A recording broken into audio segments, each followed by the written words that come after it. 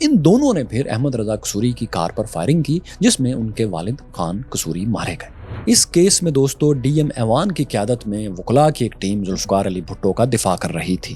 مقدمے کی سماعت کے دوران حکومت کی طرف سے مسٹر بھٹو کے خلاف 42 گواہ پیش کیے گئے، لیکن سابق وزیر اعظم نے اپنے حق میں ایک بھی گواہ پیش نہیں کیا۔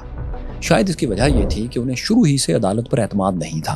وہ سمجھتے تھے کہ انہیں گواہ پیش کرنے کا کوئی فائدہ نہیں ہوگا۔ حکومت کی طرف سے سب سے اہم گواہی FSF کے سابق سربراہ مسعود محمود اور سابق انسپیکٹر غلام حسین نے دی۔ یہ دونوں وعدہ معاف گواہ اپروور بن گئے تھے۔ مسعود محمود نے عدالت میں بیان دیا کہ احمد رضا قصوری کے قتل کا حکم وزیر اعظم کی جانب سے دیا گیا تھا۔ انہوں نے یہ بھی کہا کہ مجھے دھمکی دی گئی تھی کہ اگر میں نے میاں عباس کو اس قتل کا حکم نہیں دیا تو مجھے اور میرے خاندان کو کچھ بھی ہو سکتا ہے۔ مجھے کہا گیا کہ اس آرڈر پر عمل کروانا تمہاری ذاتی ذمہ داری ہے۔ FSF کے سابق سربراہ کے مطابق وہ اس حکم کو سن کر گھبرا گئے تھے اور کہا تھا کہ یہ آرڈر میرے ضمیر اور خدا کے حکم کے خلاف جاتا ہے۔ اس جواب پر وزیر اعظم بھٹو غصے میں آئے اور دھاڑتے ہوئے بولے کہ تم سے کوئی نان سینس بات ہم نہیں سنیں گے۔ اسی طرح دوسرے وعدہ معاف گواہ غلام حسین نے بیان دیا کہ اسے میاں عباس نے قصوری کو قتل کرنے کا حکم دیا تھا۔ اس نے کہا کہ میں اس قتل میں ملوث نہیں ہونا چاہتا تھا، لیکن اگر میں ایسا نہ کرتا تو میری زندگی تباہ ہو جاتی، یعنی اسے نوکری سے نکال دیا جاتا، جو کہ اس کے بقول وہ افورڈ نہیں کر سکتا تھا۔ غلام حسین اور مسعود محمود دونوں کو وعدہ معاف گواہ بننے کے بدلے میں عدالت کی طرف سے معافی مل گئی، یعنی انہیں کوئی سزا نہیں دی گئی۔ اس طرح FSF کے 2 اہلکار اس کیس سے بچ کر نکل گئے۔ باقی 4 اہلکاروں اور ذوالفقار علی بھٹو پر مقدمہ چلتا رہا۔ لیکن اس کیس میں ایک ایسا ثبوت بھی تھا ساتھیوں جو واضح طور پر چیخ کر کہہ رہا تھا کہ ذوالفقار علی بھٹو قطعی طور پر بے گناہ ہیں۔ جب بینظیر بھٹو کو اس ثبوت کا پتہ چلا تو وہ بے اختیار کہنے لگی، پاپا ہم جیت گئے پاپا۔ یہ ثبوت کیا تھا اور عدالت میں اس کا کیا انجام ہوا؟ غیر جانبدار نیوٹرل آبزرورز بھٹو کیس کے متعلق کیا کہہ رہے تھے؟ سابق وزیر اعظم کے عدالتی قتل کے لیے ہائی کورٹ سے سپریم کورٹ تک کیا جال بچھایا گیا تھا؟ یہ سب آپ کو دکھائیں گے، لیکن ذوالفقار علی بھٹو اور پاکستان کی اگلی قسط میں۔ بعض عدالتوں میں انصاف کی دیوی کی آنکھوں پر پٹی بندھی ہوتی ہے اور ہاتھ میں ایک ترازو ہوتا ہے۔ دراصل دکھایا جا رہا ہوتا ہے کہ منصف فیصلہ کرتے ہوئے سامنے والے کی حیثیت، نام اور مرتبہ نہیں دیکھتا، صرف ثبوت دیکھتا ہے اور سچائی پر فیصلہ کر دیتا ہے، یعنی انصاف اندھا ہوتا ہے۔ 47 برس پہلے پاکستان میں بھی ایک ایسی ہی عدالت لگی جس میں انصاف تو تھا لیکن اندھا نہیں، بلکہ جزوی بہرا تھا اور ساتھ میں بولتا بہت تھا۔ وہ مرضی کی گواہیاں سنتا تھا، گواہوں کو ملزم کے خلاف ڈکٹیٹ بھی خود کرتا تھا اور اس نے فیصلہ دینے سے پہلے لکھ رکھا تھا۔ یہ مقدمہ پاکستانی عدالتی تاریخ کا ایک سیاہ باب ہے۔ اس مقدمے کی کہانی آپ کو حیران کرنے کے لیے کافی ہے۔ میں ہوں فیصل ورائج اور دیکھو سنو جانو کی منی سیریز ذوالفقار علی بھٹو اور پاکستان کی لاسٹ ایپیسوڈ میں ہم آپ کو یہی سب دکھائیں گے۔ Justice must be done. 1977 میں Lahore high court mister Bhutto پر قتل کی سازش کا مقدمہ چلا رہی تھی۔ الزام تھا کہ انہوں نے فیڈرل سیکیورٹی فورس FSF کے ذریعے احمد رضا قصوری پر قاتلانہ حملہ کروایا جس میں ان کے والد خان قصوری مارے گئے۔ اس کیس میں کئی ثبوت ایسے تھے جو مسٹر بھٹو کے حق میں جاتے تھے یا انہیں شک کا فائدہ دیتے تھے۔ مثلاً بینظیر بھٹو لکھتی ہیں کہ FSF کی ٹریول بک سے یہ پتہ چلا ہے کہ اس حملے میں جس جیپ کو استعمال کیا گیا ہے وہ قتل کے دن لاہور میں موجود ہی نہیں تھی۔ وعدہ معاف گواہ غلام حسین جو مبینہ طور پر اس کارروائی کا انچارج تھا، وہ بھی اس روز کسی اور سرکاری اسائنمنٹ پر کراچی میں تھا۔ اس کے علاوہ مبینہ قاتلوں کی فائرنگ کی پوزیشن اور مسٹر قصوری کی کار کو لگنے والی گولیوں کی ڈائریکشن میں بھی فرق تھا، یعنی جس پوزیشن سے فائر بتایا جا رہا تھا اس پوزیشن سے کار کو وہ نقصان پہنچ ہی نہیں سکتا تھا جو مقدمے میں درج تھا۔ دراصل پروسیکیوشن کا کہنا یہ تھا کہ یہ قتل 2 قاتلوں نے کیا ہے۔ یہ دونوں مبینہ قاتل FSF کے ہی اہلکار تھے اور ارشد اقبال رانا افتخار ان کے نام تھے۔ ان کے اطرافی بیانات بھی لیے گئے تھے جس میں انہوں نے پورے واقعے کو تفصیل سے بیان کیا تھا۔ ان کی سٹیٹمنٹ سے صاف ظاہر تھا کہ اس حملے میں صرف یہ دونوں ہی شامل تھے، کوئی تیسرا نہیں تھا۔ لیکن کرائم سین سے یعنی قتل کی جگہ سے جو گولیوں کے شیلز ملے یہ 4 مختلف مقامات سے ملے۔ اس کا مطلب یہ تھا کہ حملہ آور کم از کم 4 تھے اور پروسیکیوشن نے 2 قاتلوں والی جو کہانی بنائی تھی اس میں کچھ جھول تھا۔ ارشد اقبال اور رانا افتخار کے اعترافی بیانات بھی جھوٹ تھے۔ اس لیے کہ ان میں باقی 2 قاتلوں کا کوئی ذکر ہی نہیں تھا کہ یہ باقی 2 مقامات سے فائرنگ کیسے ہوئی۔ اس کی 2 وجوہات ممکن تھیں۔ پہلی یہ کہ اصل قاتلوں کو بچانے کے لیے کسی نے ان دونوں کو قربانی کا بکرا بنا دیا تھا۔ دوسری وجہ یہ ہو سکتی تھی کہ دونوں ملزم کچھ پردہ نشینوں کو بچانا چاہ رہے تھے۔ اب وجہ جو بھی تھی، ان کی سٹیٹمنٹس میں جھول پکڑا گیا تھا۔ اس واضح شک کی بنیاد پر مسٹر بھٹو کو رعایت مل سکتی تھی، مگر عدالت نے اس نقطے کو بالکل نظر انداز کر دیا۔ کیورس فیلوز، بھٹو کی بے گناہی کا دوسرا اور اس سے بھی اہم ثبوت یہ تھا کہ جن بندوقوں سے مبینہ طور پر کار پر فائرنگ کی گئی تھی، کرائم سین سے برآمد ہونے والے خول، شیلز ان بندوقوں کے تھے ہی نہیں۔ یہ اتنا بڑا ثبوت تھا کہ اس کے بعد کیس عملی طور پر ختم بھی ہو سکتا تھا۔ جب بینظیر بھٹو کو اس کا علم ہوا تو ان کی خوشی کا کوئی ٹھکانہ نہ رہا۔ وہ لکھتی ہیں کہ یہ جب انہیں بات پتہ چلی تو وہ دوڑتی ہوئی اپنے والد کے پاس آئیں اور کہا، پاپا ہم جیت گئے، پاپا ہم جیت گئے، اور انہوں نے بھٹو کو اس رپورٹ کے متعلق بتایا۔ وہ کہتی ہیں کہ بھٹو نے نرمی سے کہا، پنکی میرا خیال ہے تم سمجھ نہیں رہی، وہ مجھے مارنے والے ہیں، اس سے کوئی فرق نہیں پڑتا کہ کوئی کیا ثبوت لا رہا ہے اور لا کر پیش کر رہا ہے۔ ذوالفقار علی بھٹو کا خدشہ درست ثابت ہوا۔ پروسیکیوشن نے دعویٰ کر دیا کہ بھٹو حکومت نے پولیس پر دباؤ ڈال کر یہ شیلز بدل دیے تھے۔ اس کے لیے ڈی آئی جی لاہور عبد الوکیل خان کو بطور گواہ پیش کیا گیا۔ انہوں نے کہا، مجھے اس کیس کی انویسٹیگیشن کرنے والے ڈی ایس پی عبد الاحد نے بتایا تھا کہ یہ شیلز ایک اعلیٰ افسر عبدالحمید باجوہ نے اپنے قبضے میں لے لیے تھے۔ اس نے یہ بہانہ بنایا تھا کہ وزیر اعظم ہاؤس میں اعلیٰ افسر ان شیلز کا جائزہ لیں گے۔ پھر اس نے 2-3 دن بعد یہ شیلز واپس کیے اور پھر انہیں لیبارٹری ٹیسٹ کے لیے بھیجا۔ مطلب یہ کہ اس 2-3 دن کے درمیان میں خول بدل دیے گئے۔ یہ تھا پروسیکیوشن کا موقف۔ لیکن دوستو، اس میں ایک اور بہت بڑی خامی تھی، وہ یہ کہ ڈی ایس پی عبد الاحد اور عبدالحمید باجوہ جن پر شیلز تبدیل کرنے کا الزام لگایا گیا تھا، وہ اپنی صفائی دے ہی نہیں سکتے تھے کیونکہ دونوں دنیا سے رخصت ہو چکے تھے۔ وہ تو کیس شروع ہونے سے پہلے ہی وفات پا چکے تھے، مگر عدالت نے بغیر کوئی جرح کیے پروسیکیوشن کی یہ مردہ گواہی تسلیم کر لی۔ بلٹ شیلز، یہ گولیوں کے خول والے ثبوت کے علاوہ ملزموں کے اعترافی بیانات میں بھی تضادات موجود تھے۔ مثال کے طور پر ملزم میاں عباس نے اس قتل میں ملوث ہونے کا اعتراف کیا تھا، لیکن عدالتی کارروائی کے پہلے ہی دن اس نے کھڑے ہو کر جج کو کہہ دیا کہ اس کے ساتھ مار پیٹ کر کے یہ بیان لیا جا رہا ہے۔ اس بیان کے اگلے روز اسے عدالت میں پیش ہی نہیں کیا گیا اور پروسیکیوشن کی طرف سے کہہ دیا گیا کہ وہ بیمار ہے۔ کچھ عرصے بعد اسے سمجھا بجھا کر دوبارہ عدالت لایا گیا تو اس کا علاج ہو چکا تھا اور وہ پھر سے اعتراف جرم کرنے لگا تھا۔ عدالتی کارروائی اس قدر بے انصافی پر مبنی تھی کہ اوپن ٹرائل کے دوران ہی وہاں آنے والے غیر جانبدار لوگ بھی یہ نوٹ کر رہے تھے۔ مثلاً سابق امریکی اٹارنی جنرل رمزے کلارک بھی عدالتی کارروائی دیکھنے والوں میں سے تھے۔ انہوں نے اپنے ایک آرٹیکل میں لکھا کہ گواہوں کو تب تک قید رکھا گیا جب تک انہوں نے اعتراف جرم نہیں کر لیا، پھر گواہوں نے اپنے بیانات تبدیل بھی کیے۔ ایک اور نیوٹرل آبزرور برٹش لائر جان میتھیوز نے لکھا کہ جب بھی کوئی گواہ ملزم کے حق میں کوئی بات کرنے لگتا تو ججز اسے فوری ٹوک دیتے، پھر وہ گواہ کو مجبور کرتے کہ وہ اپنا بیان بدلے۔ عدالت کا ٹائپسٹ جو تمام کارروائی کو ڈاکومنٹ کر رہا تھا، وہ اس مجبور کیے جانے والی بات چیت کو ریکارڈ ہی نہیں کرتا تھا۔ یعنی جب جج گواہ کا بیان بدلوا رہے ہوتے تھے تو یہ والی بات عدالتی ریکارڈ کا حصہ نہیں بنائی جاتی تھی۔ کئی بار عدالت ٹائپسٹ کو ڈکٹیٹ کرتی تھی کہ ہماری طرف سے یہ سوال لکھو اور گواہ کا جواب بھی یہ لکھو، اور یہ جواب دراصل وٹنس کے اپنے بیان سے، گواہ کے اپنے بیان سے بالکل مختلف ہوتا تھا، ججز کا من پسند ہوتا تھا۔ مطلب جسٹس مولوی مشتاق کی عدالت خم ٹھونک کر گواہوں کو ڈکٹیٹ کر رہی تھی۔ وہ خود ہی منصف، خود ہی گواہ بنی ہوئی تھی، گواہوں کی غلطیوں کو ایڈٹ بھی خود ہی کروا رہی تھی۔ اس کے علاوہ جسٹس مولوی مشتاق نے بھٹو کے وکیلوں کو بھی توڑنے کی کوشش کی۔ بینظیر بھٹو لکھتی ہیں کہ چیف جسٹس نے بھٹو کے مرکزی وکیل ڈی ایم ایوان کو اپنے چیمبر میں بلایا۔ انہوں نے وکیل سے کہا، تم اپنے فیوچر کے بارے میں سوچو، مطلب مارشاء اللہ کی مخالفت میں جا کر تم اپنا مستقبل کیوں خراب کر رہے ہو؟ مسٹر ایوان نے چیف جسٹس کی یہ آفر مسترد کر دی۔